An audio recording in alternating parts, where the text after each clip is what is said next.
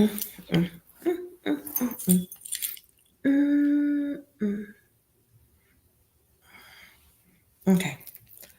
Alafia, good morning. Ikaro, Grand Rising, good day. It's Ianifa Owini Adina Zurusimi Faomi Shango. And hold on, let me do this. Let's do that. Let's do that. Let's do that. Ain't nothing too heavy. But Alafia everyone. So it's early in the morning. My house is somewhat quiet because my children are asleep. So I'm taking advantage of the quiet. But as it was quiet, my wheels woke up. It's Obatila's day. Ekojo Oshe Oni. It's Obatila's day. And my mind was just, yeah. And it's like, oh, I can block this and I can block that. But it's way too many thoughts coming all at once. And I was like, okay, I may block these later.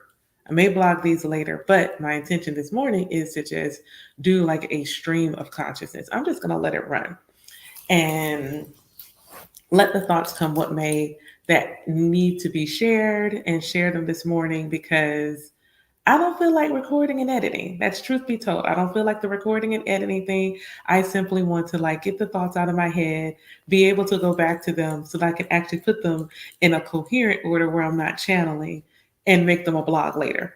So for all that just popped in, Alafia, good morning, TikTok fam. Thank y'all for popping in early this rising. So today, first thought that I had this morning was about elders and specifically around elders, especially for those of us who are Generation X. So I am a later Generation X. I was born in 79, but thinking about Generation X, Grand Rising to you, thinking about Generation X in general and latchkey kids and those of us who grew up in such a way where we may have felt like we had to raise ourselves, or we did, in fact, have to raise ourselves, and we were raising our siblings. And then we've had to do all these things on our own without leadership, without guidance, and things of that nature. And then coming into a space where you are leaving Abrahamic religions, you are actively trying to cultivate a better relationship with the Most High that is not built on dogma, that is not built on someone is going to smite you every time you make a mistake. And so you are leaning back into, especially those of us in the African American diaspora, going back to the traditions of our ancestors. And when we look at the traditions of our ancestors, what we see is a common thread, whether it is an ATR, meaning an African traditional religion, meaning it is by and large, other than influences by colonization, because yes, the continent was colonized, thus our religions still have a colonized the air that has happened to them. But whether it is ATR, meaning that it is the mother tradition, whether it's an ADR, meaning that it is the offshoot of the mother tradition here within the diaspora, or it is an African American tradition. All of these things have certain things in common: community and elders, community, elders, ancestors, community, elders, ancestors, self. But the elder part is the part that was thinking about this morning. So I follow an Ianifa. She might be a chief, but I've never seen that in her profile. So if she is, she's charged to a lack of knowledge. But I know she is a high priestess and she's an Ianifa. And she made a post one day, and the post talked about the transient nature of godchildren. And at that particular moment, thinking about my own godchildren, it hit like I was thinking about them. And then I saw this post and it was like, aggressive? Much? Just aggressive. So this morning, I was thinking about being Gen X and wanting to come to an Orisha practice, wanting to come to a voodoo practice, wanting to come to hoodoo, but then you also have a resistance to elders because of the relationship that you have had with literal elders, meaning those older than you in your life growing up as Gen X. We've been so conditioned to We do this on our own. We don't need any help. We can take care of our kids. We can do all these things by ourselves. But do we? So why do I need an elder now? I didn't need an elder when I was coming home and letting myself in. I didn't need an elder when I had to cook for my siblings. I didn't need an elder when all of these other things were happening. So why do I need an elder now? And I had a class one day where I was talking with my godchildren, and one of the questions I asked them to consider, and it's a question that you ask yourself when you're considering, is can you accept having an elder? Can you accept that there is someone within this traditional space that has more knowledge than you to that is willing to share this knowledge with you? Can you be mentored? Can you be coached? Like, are you coachable? Are you coachable? Are you a good mentee? Is this something that you're able to do? Or are you going to come into this in a space where, well, I'm already being da da da da da, I'm already doing da da da da. So why do I need you to tell me anything? Why can't I just go get the books and do the things and not have to worry about the guidance of an elder? Why do I actually need an elder? And so for me, one of the ways that I um, remember coming into just awareness of Orisha tradition and things of that nature was the Orisha tarot deck. If anybody who is just like new or my tarot readers and you don't have the Orisha tarot deck, I do not practice Lukumi or Santeria, and it is very much Lukumi and Santeria based deck. But I learned so much from that deck, and it was so helpful for my journey. It didn't actually matter that it was not Isheshe in the essence and how it spoke and things of that nature. It was still very healing. And one of the cards, the two cards stuck out to me. One was there's a card, and one of the advisories, pray out loud, spirit is hard of hearing. And I will say the shift from praying in my head to actually using my ashe, which is in your breath, putting it in the air so it can be carried, definitely a game changer. But the other part of it was you need an elder. And it kept coming up over and over again. You need an elder. So the first thing that I had to learn in my own journey was that an elder didn't inherently mean someone older than me. They were spiritually older than me, as in they had been in their walk longer spiritually. They had been on their path longer than I had spiritually. They had wisdom and knowledge to share with me to help me bring about goodness and good fortune in my life. So the moment, because when I looked at who I knew, who I saw at that point in my journey, even outside of Orisha, the tarot readers that I most like to follow were all at least 10 to 15 years, if not younger than me. My awakening started when I was 40. So they're at least 10 years or more younger than me, but they knew more than I did. So could they not be my elder because there was an age difference, or do they have wisdom, knowledge, and things that they could share with me regardless of their age? So I had a friend named Kai, and Kai had gone through such a profound spiritual awakening that they changed their name. And Kai was not. Kai was aware of Orisha and things of that nature, as most Black people in the diaspora become when they go through an awakening, but they were not part of an Orisha tradition. They were heavy in ancestor veneration work, self-love work, and they are a highly skilled medium. What they helped me to do as an elder was to help me in fortifying actually having a spiritual practice. When we got together, we helped me to structure, what does a spiritual practice look like? What am I doing in the morning? What am I doing in the middle of the day? What am I doing in the evening that is going to help me not only spiritually, but mentally, emotionally, and physically? So that was one of the things we talked about. And if you are Generation X, it's like, well, why? Like, you can't tell. This is not about someone telling you, giving you these boxes to check. What you do is you take the wisdom that is shared with you, and then how do you integrate it into your life? Speaking about Ifa specifically, it's too big. You don't make Ifa fit in your life. It's not possible. It's too big. You can't make it fit. So what happens is you have an elder, a mentor, a guide that shows you how to live Ifa, period. How do you live in the tradition with everything that was already existing in your life. A lot of us are getting these awakenings and we're like over 30 years old. We've got kids, we've got responsibilities, we've got school, we got work, we have all of these things, but we know we need this medicine. We know we need the medicine of Ifa. We know it's going to help support us. We know it's going to help us create our own change in our life. How do we actually do this and make it fit? And so Kai was the one that actually showed me how to cultivate a spiritual practice. Like, what does it actually look like? And I'm not talking about the decor. You got like 15,000 crystals around your neck, 25 more in your house that none of them are programmed. You charge them, but are they programmed? Do you tell them what to do? Do you shift their task based upon what you need in that particular moment? Do you know when you're actually done with the crystal?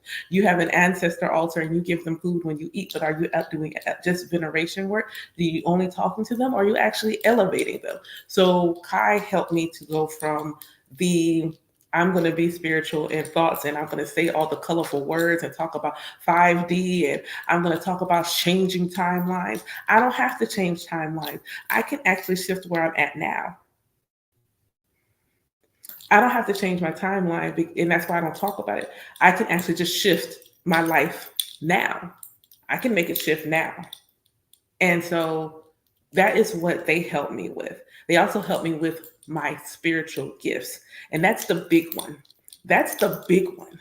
Because a lot of us that are coming into our own spiritual selves and recognize that we have a connection with the unseen realm, Generation X, for a lot of us, it's like this is like we dreamt about being superheroes. We wanted to be superheroes as kids. We were the ones that we had no problems dressing up as witches and everything else as children. We had David Copperfield. We liked the magic. We loved it. And to know that we have access and probably have always had access.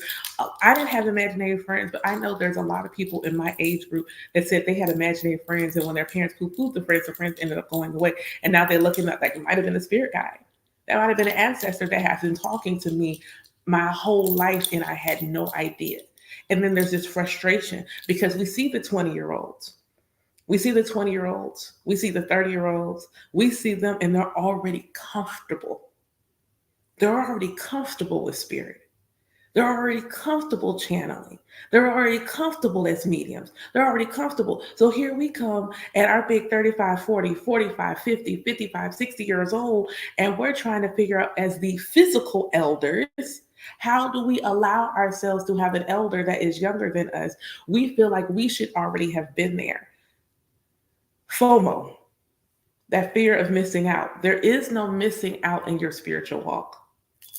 Don't cry. There's no missing out. We didn't miss out. There were things that Generation X had to do. We had to fortify ourselves in a different way so that we could come and allow ourselves to have a spiritual awakening in the way that we needed to. We don't need all the other words.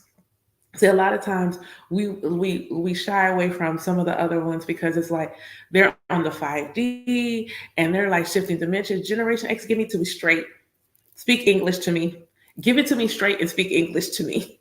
Give it to me straight and speak English to me. So some of us have to check our ego at the door, allow the fact that we're going to have a mentor, a guide, a support that's going to be younger than us so that we can become the elders that we needed, so that we become the spiritual elders that we actually wanted and needed. And we can speak to our brothers and sisters in a way that actually makes sense for them. So Kai was like, what do you want? Like, what do you want? And I just said, I want a relationship where I don't feel like God hates me, is always feeling like I'm screwing up. That was like, that's ultimately, that's what I want. I wanted a relationship with God that didn't feel like everything I did was going to be wrong, that I was always going to be perpetually punished. I wanted a relationship with God. I didn't want to simply know that God existed. I wanted an actual bond and a relationship. And so that is what they helped me to do. They helped me to create a relationship with God that's centered on creating a relationship with myself. They don't know that they were teaching me Ishe before I ever got there. Because that is what Isheshe is. It is about this cultivation of a relationship with the divine that centers you, because you are the key. You are the foundation. You're the key. They help me with developing my gift. They help me to be able to tell when I am channeling, help me to trust in my intuition, help me to find the words, help me to do shields. You hear so many people talk about, and especially younger people, it's like, I'm always picking up everybody's stuff. I'm always Ashe, like I just got to pick up my I gotta protect myself. So you always hear these empaths. They're like, oh my God, I'm an empath and I hate going to the mall. Oh my God, I'm an empath and I can't go out in large crowds. You're an empath with weak as boundaries. You ain't got no boundaries. Your life is not supposed to be captive because you're able to pick up everybody else's emotions.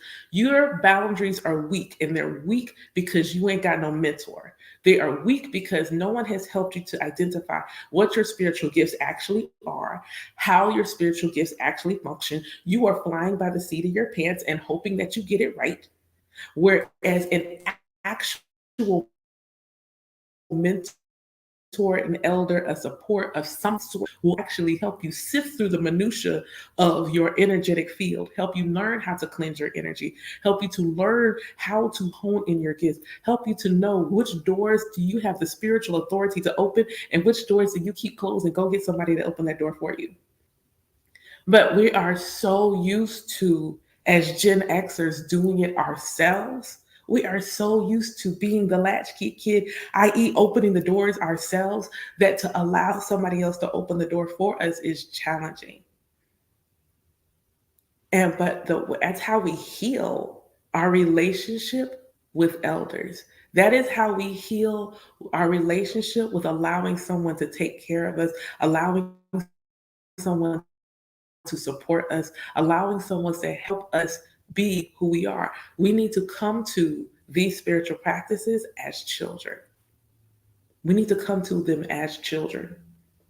We need to come to them that way, but in a healthy way. As children, being like, you are open to receive the knowledge, you are open to receive the wisdom and the guidance. Don't come to it with, like, well, I've already been doing self love work, so I don't see any reason why I should do more. You're going to do self love work your whole life. Stop fighting it. It's a whole life thing. It's a lifestyle. Self love work is a lifestyle. Self love work is a lifestyle. Just allow yourself to go with the flow.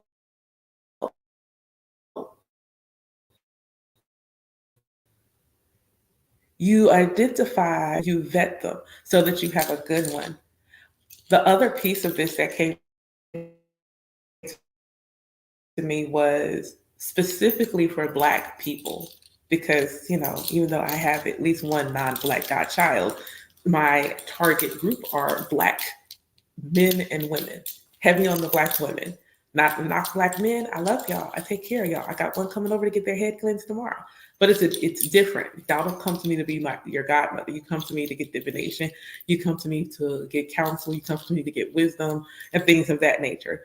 Y'all haven't started coming to me in that realm yet. But when I look at the idea of the godparent, um, looking at the idea of the godmother, the godfather, and the way it looks here in the diaspora as opposed to the way it looks traditionally, there can often be times this umbrella, this undercurrent of ownership. You belong to me. How dare you speak to someone else? You're my godchild. Why would you even think of looking in another direction? If we lived in a village, we'd have like 15 different elders. If we lived in a village, we'd have like 15 different elders. The idea that I can't allow for you to go and garner wisdom from another elder, for me, is crazy work. And it's a nice expression. It is a result of hurt. Like, I feel like part of this came through because of a protection. I feel like this is a trauma response because we were trying to protect our practices and protect our traditions. So we needed to keep them close. to us, which meant we need to keep the people that we were teaching close to us. We couldn't have them stretch out too far because it would have been dangerous for them. That is not the case right now. The other piece of this is God, our godmothers and godfathers, not in a non spiritual sense. My understanding, because I wasn't raised Christian, but I also wasn't raised in an ATR. But my understanding, I to assure you what will fool say Zion, Lafia. My understanding is that your godmama, your goddaddy are the people that your parents chose to take care of you when they transition. When they pass away, if you don't have a grandma, grandpa, auntie, uncle to go to, your godmother and your godfather is who steps in to fill the shoes of your mom and dad. But what I see is this co-merging and this expectation that while the parent is still alive, and I know part of that is the godparents want to be in the child's life because if something did happen, you don't want the kid to feel like you're a stranger. I get that. But I also see where that has like inflated itself to they're like the auntie and the uncle, and they're expected to be all the birthday parties, and they're expected to do all these things now while the parent is still alive, as opposed to this being a role they stepped into. They are literally the person's second parent.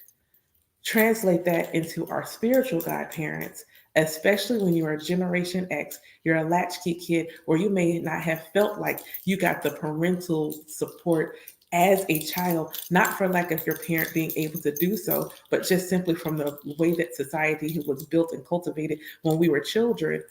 Then we come to our godparents with this attachment that becomes like our other godparents. We're expecting them to be at our birthday parties and all of this relationship. That's what the relationship begins to look like. And as godparents of the diaspora, because we had godparents that look this way, then we also tend to emit in this energy. We tend to emit in this energy. And so this morning this is not a right or wrong thing. This is an awareness thing. So as godparents, us being aware of we love our godchildren. At least in like the Black godparents that I know that are good godfathers, good godmother, we love our godchildren as if we birthed them physically. We love them as if they were the fruits of our loins. We love them. And that is why when they leave, when they stray, when they do the things that cause for that breaking away, it hurts us so badly because, like, how could my child do this? And we have to remember they're not our kids. They are people that come to us for wisdom, for support, for guidance, for direction. They're not our kids. And that time that they spend with us may not be infinite. That connection they have to us may not be infinite. It may be finite. It may be seasonal. And we need to be able to allow the ebb and flow of what that looks like. The same thing goes with God's children. Understanding that you may plateau. There may be have gone to so far that your mentor, your elder can take you. So going back to my first one, Kai. Kai did not do Orisha tradition. So where Kai could take me was becoming comfortable as a medium, recognizing being a medium and an oracle are not the same thing, and I'm both. Feeling that when I get messages, the fluidity of how message comes to me, me being able to recognize energy that is positive energy that is not, me being comfortable enough with myself to say, I can channel this on my own, but I might need some support in channeling this over here. I might need some guidance to channel over here. Like I am an Egun priestess. And let my godchildren tell it, I always got a lot of ancestors in the house.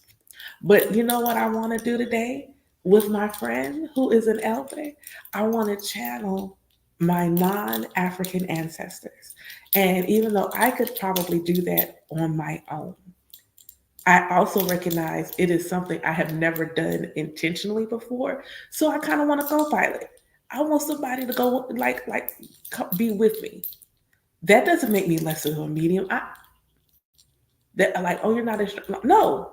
I recognize that this is something new, and at least our first one or two times, I'm a fast learner, so it doesn't take long. But at least the first one or two times, I want that support to be with me when I'm doing this, to make sure that the energy that I am trying to channel, the energy that I'm calling into my space, is the energy that I actually want present.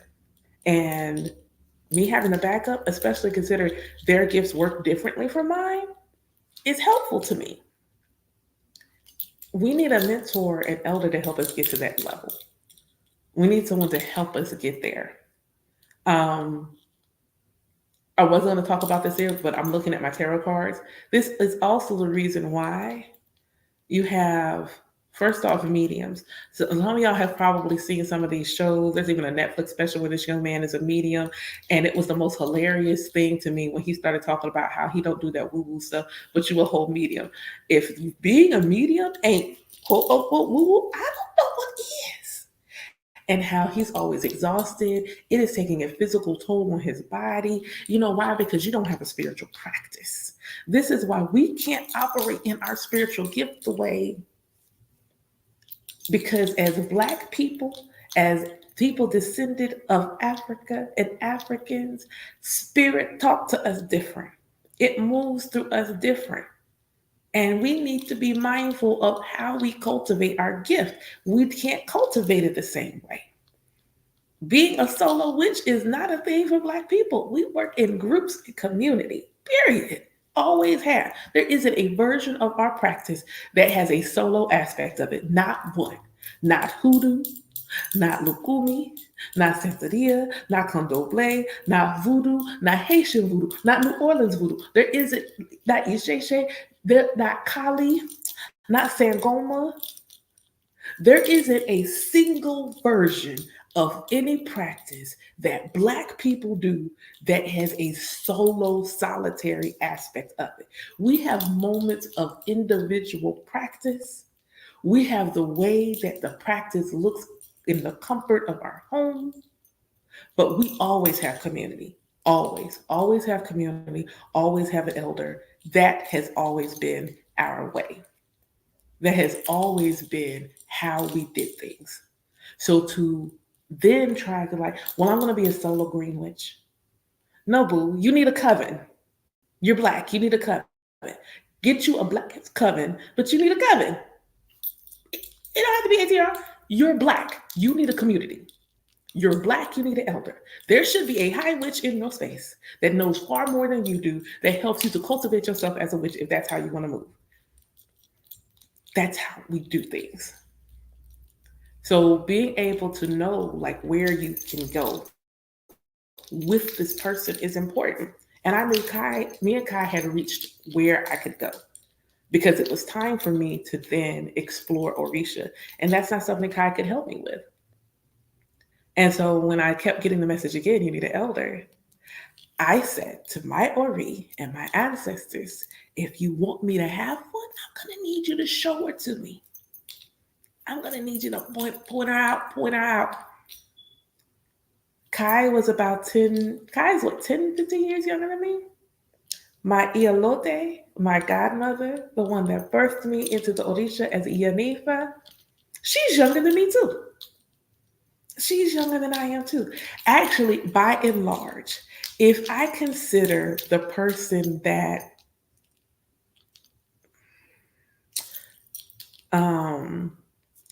like if I consider my person, even he is younger than me.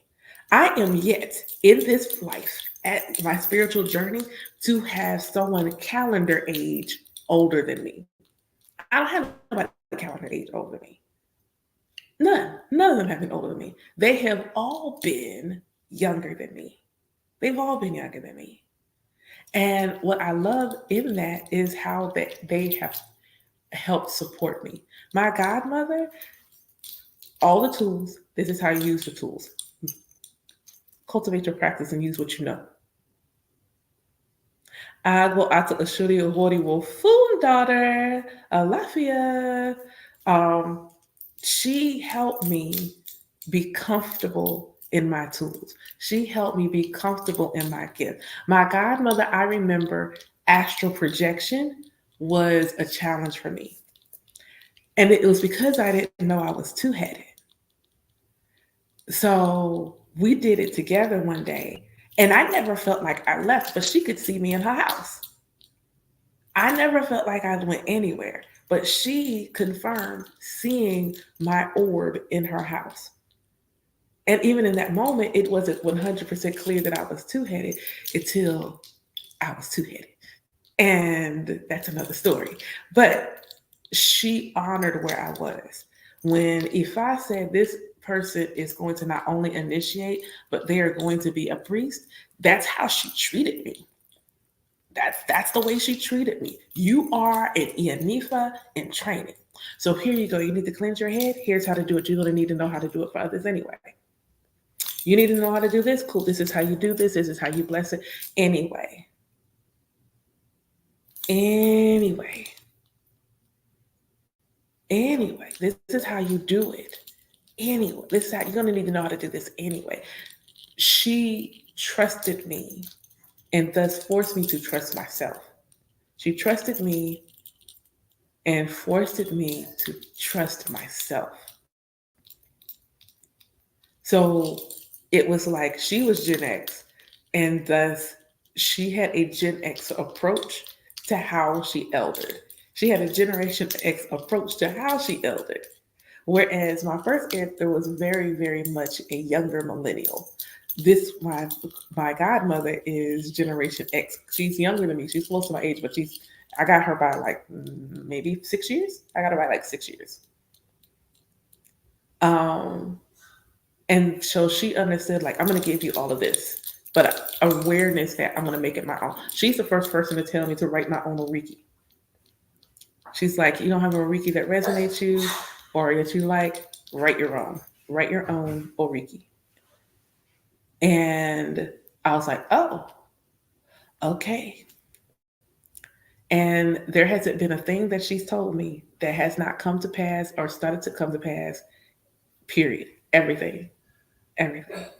So that was my thing about elders. The other thing was about your ancestors. This week in the diaspora, and so my temple, our sister temple, we are doing ancestor veneration and elevation this week in conjunction with what is already happening here in the diaspora, Dia de los Muertos, the Day of the Dead,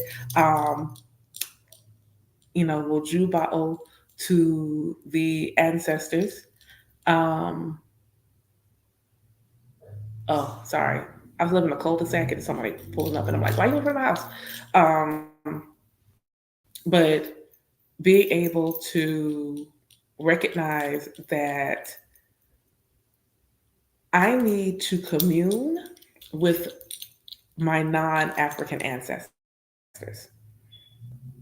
And I know for my Black people, other people of color, it's like, but why? And the thought that I had was around, it spawned from parents. So somebody made a post about nobody's going to love you like your mama.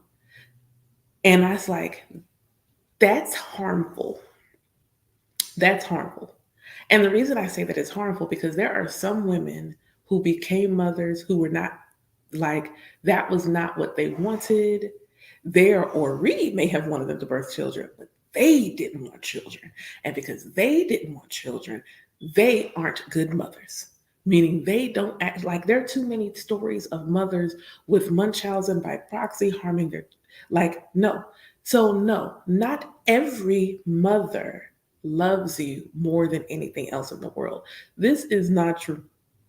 This is not true. Just like every father don't love you more than anything else. That's not true. You have some parents where this is absolutely the case. But for people who grew up in abusive households, for people who grew up in households where it was their parents that perpetuated the first trauma upon them, that is such a harmful thing to say. However, the ori of your mother, the ori of your father, now they may love you more than anyone else in the world. And being able to help people understand that relationship with the ori, I think is such important work, especially here in the diaspora. Especially here in the diaspora, a lot of us are trying to heal generational ancestral wounds and cycles that our parents are just unwilling to acknowledge the trauma that they have perpetuated upon us. You can't talk to their human self. You just can't.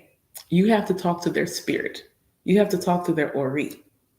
And when you're able to understand that once we are done with our human experience, we are so much more than that. The human experience gives us knowledge, wisdom on things that will help us as ancestors. And the two put together, because I feel like people who believe that their ancestors are still 100% who they were when they died can't elevate their ancestors. And thus, how would they believe that the ori of their living parents is more than the behavioral of their human self? They can't. They can't. People who believe that my ancestor that was always shucking and jiving transitioned, looked back at their life, and still made the conscious decision to be someone that shucks and jives even after transitioning into the ancestral realm, you can't believe that while you're in your human body, your higher self, your ori, your essence, your soul can see from a higher perspective and thus make different decisions than your physical self would. You can't see that because you just feel like you have limited the expression of the soul. You have limited it and you keep it boxed in. You have limited the expression of the soul, you keep it boxed in. When I look at posts about honoring your mother and your father blindly, just blindly, this is such an Abrahamic idea. I'm going to have this blind faith, even though it's abusive relationship. I'm going to have an abusive relationship. Alafia, I'm going to have this abusive relationship with my parents, but I'm going, like, you can love them and not want anything to do with them. That's possible. You can absolutely love them. You came from them and love them, but recognize you are harmful to me mentally, emotionally, sometimes physically, and spiritually. I can't actually talk to you, but sometimes I want to talk to you. So you give honor to their ori. Iba ori yeye. Yeye means mother. Iba ori baba. Baba means father. And you give honor to their ori. You give veneration and propitiation to their ori. I didn't have a horrible relationship with my parents, but we had some areas of opportunity. And one of the most profound things that I can say that I saw, that I noticed, that was new. One was the support my parents have given me since I got laid off from work, since I kind of let them know what was going on with me financially. I'm a Generation X, which means my parents are boomers. And for me to say, I'm going to, for a living, be a high priestess in an African religion and work from home. I just want you to think about boomer parents. They were supposed to be like, you're crazy. You need to go back to corporate America. Where is your resume? These are the things that should have been done. But what I had been doing for a while in my prayers was an Iba Oriye, Iba Oriye, Iba Oriye, Iba Ori Baba, Iba Ori Baba, Iba Ori Baba. And having Agbo Ato, Alafia Ogbewale, um, having this relationship with their ori. And so when things were hard and I was in need of support, because what I was doing, I'm not making the corporate, working for the most powerful payroll company in the world money anymore. So I need help. And the thing how things I remember Generation X and some of y'all, especially again, Black people in the diaspora, you may not have a memory of your parents on a regular basis saying, I love you. You knew they loved you because they did the acts of service, but they was not a word of affirmation kind of relationship. And I decided to share with my parents what their support had allowed for me to do. So my godchildren recorded a message to my parents to tell them why them helping me wasn't just about helping me. And my mother watched it, and my mother is a Capricorn, and she said she was speechless. And y'all know them Capricorns, mm-mm, mm, that's not a thing. So my mother said she was speechless, and she was just like, it was so beautiful what they said. And she said, before she got off the phone with me, she says, Dania, I love you. Who are you and what did you do with my mother? Who are you and what did you do with my moms?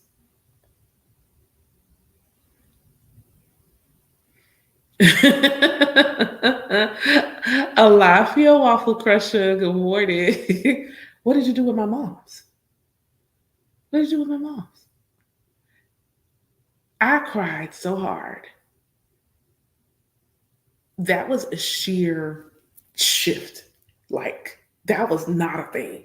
Like, it's not that I didn't believe it. I know my parents because they would say, you know, we love you like that. But to actively point at me, say at me, I love you, what is that? What is that? So one time for the sunshine coming through, hello, melanin.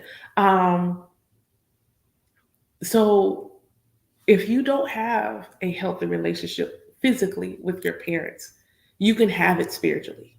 The Ori of your mama and the Ori of your daddy will look after you in the way that their physical selves cannot. And then I have godchildren who have been doing this work, who have thus cultivated new relationships with those problematic parents. I have been watching them create healthy relationships, healthier boundaries with their parents simply by honoring their Oris. Simply by calling on their Ori on a regular basis, they have been able to cultivate new relationships with the physical parent that they didn't have before. So when I say to you, those things are harmful when you tell them to blindly accept the parent that was abusive, blindly accept the parent that was harmful. No, but you can accept their Ori. You can honor their Ori. You can talk to their Ori. You can give prayers to their Ori. You can. It's just like to the ancestors. It's just like talking to your ancestors. Those ancestors, the book Finding Soul on the Path of Orisha, she speaks about having an ancestor who was, and how harmful and hateful they were to her and her mother in their physical life.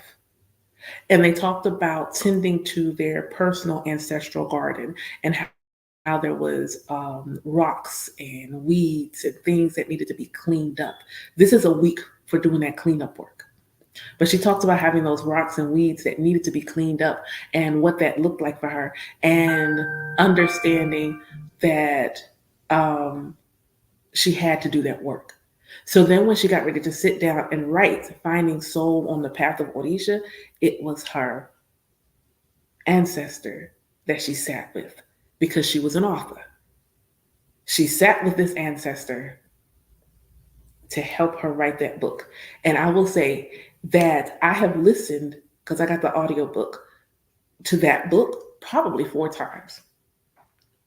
She's Lukubi. She's not Isheshe. She's Lukumi. But there was so much medicine in how she spoke about her journey in the book. She talks about, even though in Isheshe there is not a head Orisha, her description of the relationship she has with the Orishas in that book is so beautiful. She goes through what it looked like in her mind when her Ori chose her Orishas. And that visual was so, that was such a beautiful visual that I always like to listen to it. I always like to listen to it. I don't have a head Orisha. I've got Ori, but the visual of my Ori still choosing which Orishas I would initiate, the order in which I would initiate those Orishas, why I needed to initiate those Orishas, that's what I see through the lens of her story. So when she's talking about this ancestor work this week, leading into this week, I was already doing some work elevating ancestors, and it was purposely timed to run into concurrently with this week. And so when that feeling was like, I need to commune with my white ancestors. Like, I'm 91% African descent. And yes, that is higher than most African Americans in the diaspora, other than the African descendant ancestors. I have Irish, I have Scottish, I have Danish, and the deities of those ancestors have always been coming through. But then Ifa says, no, you need to honor, you need to venerate this specific deity. And I'm like, if I'm going to honor and venerate this deity, then the ancestors who also honored and venerated this deity must be also trying to come through, because it's a story about honoring the gods of your family. And I'm like, okay, all right, so it's time. It's probably past time. And a while back, I got that inclination that I needed to do so, but I don't know that I was ready. I'm ready now. And what I thought about was, like, at times when we talk about it, especially from a Hoodoo perspective, like, which ancestor are you calling? So, like, if you're trying to start a business, you want the ancestors that actually understood running a business. If you're trying to get money, you want to have the ancestors who actually had a healthy relationship with money. And the ancestors that sometimes for us that had the healthiest relationship with being wealthy, which having money would be, but we don't want to call them.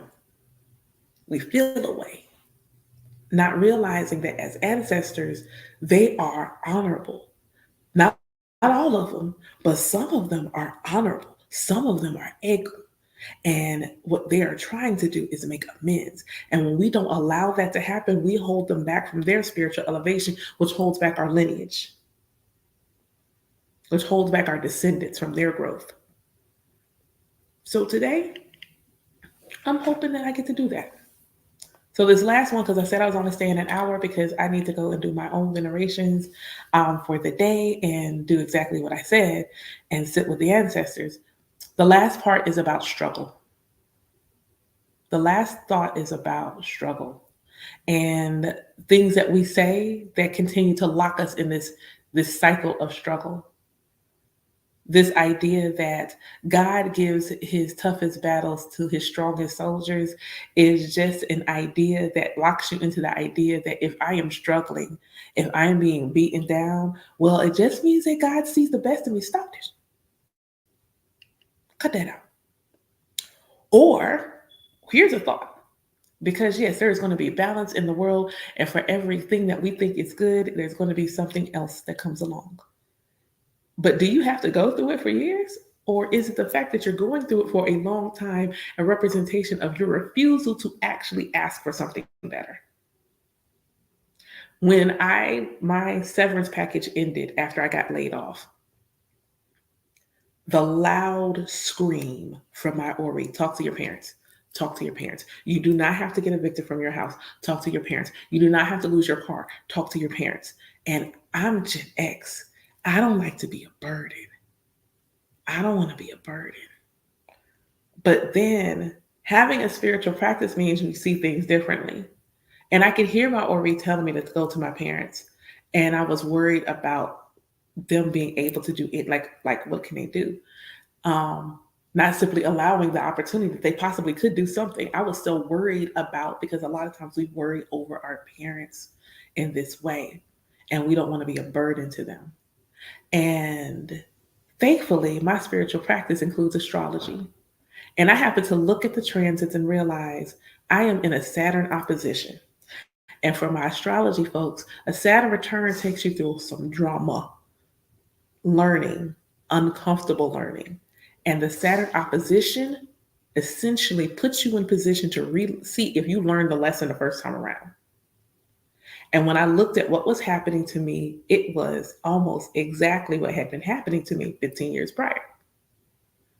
What didn't I do the first time that I need to do this time? I didn't talk to my parents. I allowed myself to basically become unsheltered, sleeping in a car, going through all manner of hardship that I didn't have to go to if I had just gone to my parents. So I went to my parents, and then they were able to help. We talked about how they were able to help. You don't have to struggle.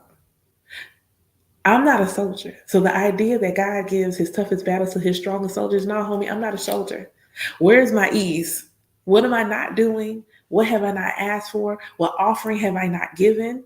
Because I did a video talking about part of the reason some of your stuff don't manifest because you are and not this. And when we do things, we understand there's an energy exchange. We're not just simply doing 369, 55, 5, and all these other petitions, because that's what they are, petitions, and not giving an offering and not giving an ebo. The way we work is we work in concert with nature, we work in concert with the universe. And if you look like me, there is always an exchange of energy of some way, shape, form, or fashion. You're not just writing petitions and leaving it at that. You give the petition and you give an offering. You write the petition and you give an offering. You say the prayer and you give an offering. Part of the reason why some of us in the struggle, where we see our good fortune come in and it eases its way on back out and it won't stay, and it seems like we are in a constant loop of having to manifest over and over again, but we can't seem to lock certain things down, it's because you're not giving the offering to lock it down. The offerings lock it down. The offerings give you protection. You don't have to struggle. You don't have to stay in survival mode. We can let that go. We can absolutely let survival mode go. We can let it go. And we have so much power within us to make it happen. But back to the first point, we don't have an elder to show us how to get it done. See, because I had good elders, whether it was my godmother, whether it was Kai, whether it is my very dearest friend, when that hurricane was coming, I would have just sat here scared and like, I just want to live. That's what old me would have done, because old me would have said, I just want to survive. No, no, no, no, no.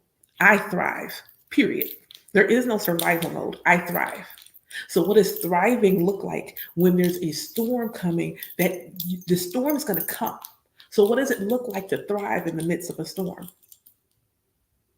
Yeah, my house is not catching no fade. Don't run the fade on my house. Don't run the fade on my car. Me and my kids are going to be fine. The power's probably, I had accepted the power's probably going to go out. But you know what? I don't need to go several days without power. You know, a day and a half is cool. I'm willing to accept that. I'm willing to step a day and a half without power, um, a day and a half um, without internet, a day and a half without those things. I'm willing to accept that. What I'm not willing to accept is an endless struggle. No. So what do we need to do? What's the ebo? What is the offering? So that that's not the place that I'm in. And then when they did tell me, I gave it immediately.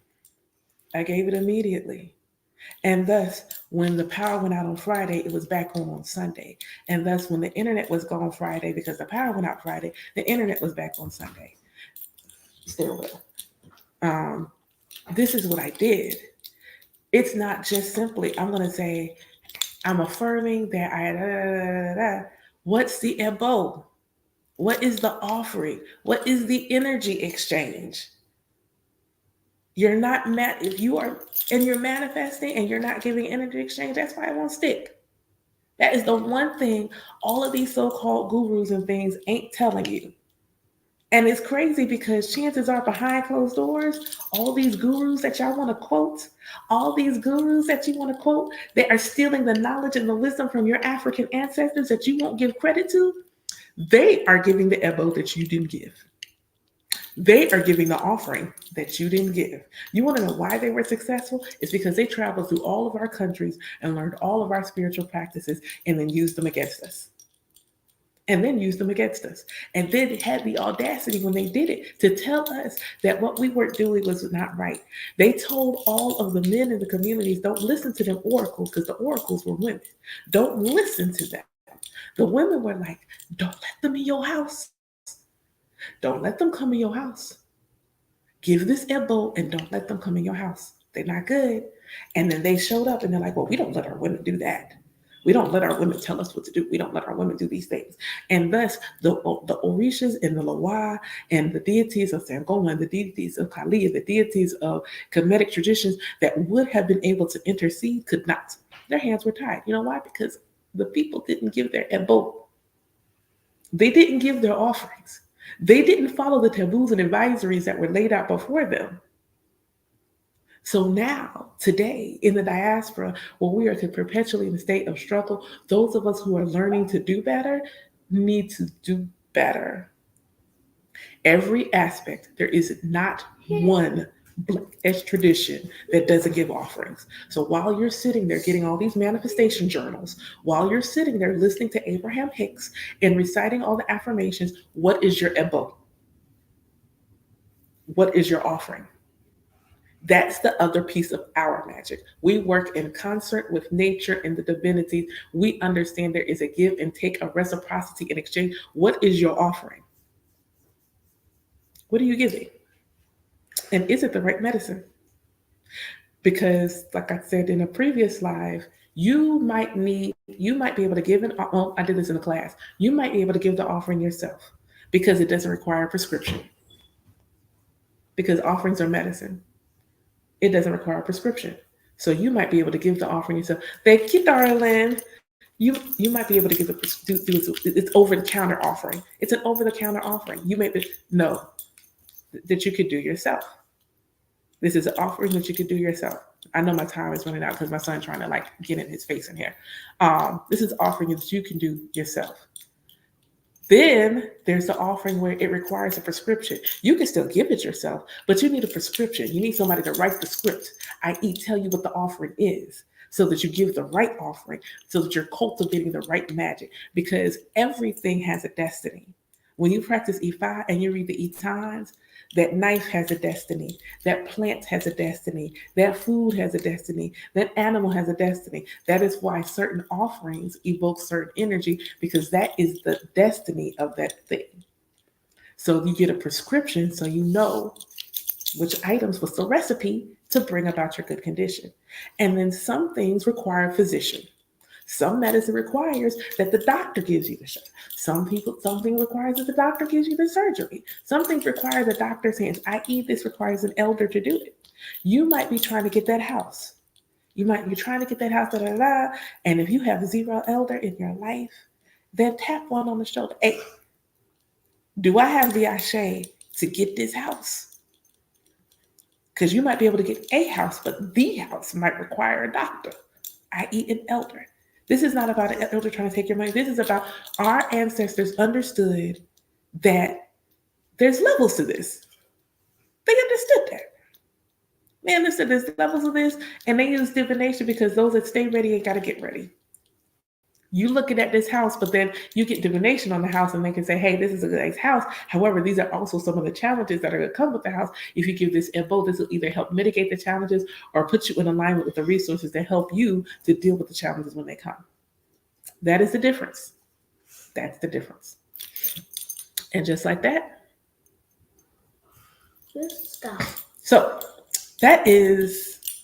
those are all the things I wanted to share. Like I said earlier, I just got like 15,000 different things that popped in my head at once.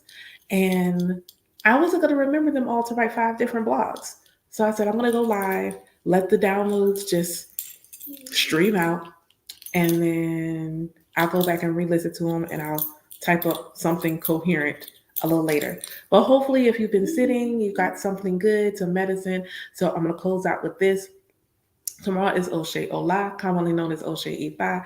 I will be live tomorrow morning, right around 8:30, 8:45-ish in the morning. I will be live doing veneration and offerings for the divinities of the day tomorrow. It is Halloween. It is my favorite time of year. And I am offering tarot readings. For those of you who want a tarot reading, they are donation based. I don't have a set price. If you give a donation, if it's under $20, I'm going to do one card and it just goes up from there. Links are in the bio for you to use to send it. If you want to send it via Zelle or something else, just inbox me. But I am offering tarot readings in conjunction with the holidays. I even put it on my door. That way when Walmart deliveries come, they can see like, oh snap, she do tarot readings. Like I want to do some on Halloween night. I think that would be dope to have a table in my front yard and just like you can pick up candy or get a card. Candy or a card. Candy or a card. And since the mosquitoes are gone, I might be able to do that. Candy or a card? Which one you want? Happy Halloween, candy or a card? Happy Halloween, candy or a card? So I am offering that. The Melanated Goddess Collective, which is my 8-month program for Black women, where we are coming together, journeying through 3 books, help us to come in alignment with our own personal divinity. The doors close on enrollment for that on November 1st. It is only $40 to enroll. Anything else going on? Not anytime soon, but in December we are doing a feast day for Shango, and this is open for anyone to come and join us virtually. So I'll put more information about our Shango feast day in December. Otherwise, I would stay for questions, but I promised Bay that we were going to venerate in an hour, and I'm over time. So I'm going to go and apparently probably fish some hash browns for my child. But I hope that y'all all have a beautiful and wonderful day. I hope that something I said resonated with you. I hope that it helps you cultivate your own goodness and wellness in your life. Otherwise, au double. So that's the end. Yes, baby, that's the end. See you on